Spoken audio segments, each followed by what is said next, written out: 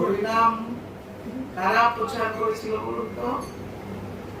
হরিনাম কোথায় হয়? সবচেয়ে কোথা থেকে শুরু হয় হরিনাম? নবদ্বীপ ধাম, গোলক বৃন্দাবন, তার গোলক ধাম থেকে এসেছিল হরিনাম। গোলক ধাম থেকে গোলকের বৃন্দাবন ধামে হরিনামে রাধা কৃষ্ণের এই লীলা প্রকাশ করেছিল গোস্বামীরা। আর কলিযুগের ভগবান চৈতন্য মহাপ্রভু নবদ্বীপে হরিনাম প্রচার করেছিল। তাই আমরা এই বাড়িতে হরিনাম করছি মানে এটা বৃন্দাবনে রূপান্তরিত হয়েছে না? চান আপনার বাড়ি বৃন্দাবন হোক?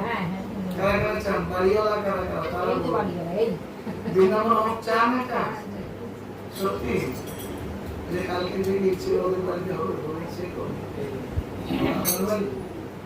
বাবা মা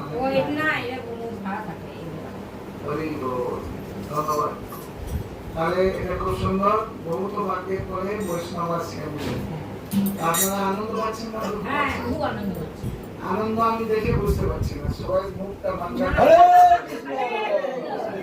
ওরম করলেও আনন্দ বলে যাবে না। আনন্দ পেলে কি করে লোক? নাচে, হাসে, হাসে না? হাসে, আপনারা একবার রাধে রাধে করে হাসবেন। রাধে রাধে একবার হাত তুলে দিন আর বলুন রাধে রাধে রাধে রাধে রাধে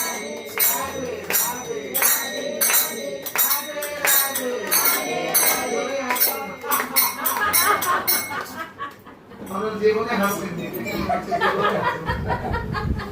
জীবনে হাসতে পারে। আমি বলছি তিনবার হাততালি দিন রাধে রাধে করে হাসুন, মেরে মেরে করুন দেখি। হাততালি দিন, 1 2 3 স্টার্ট।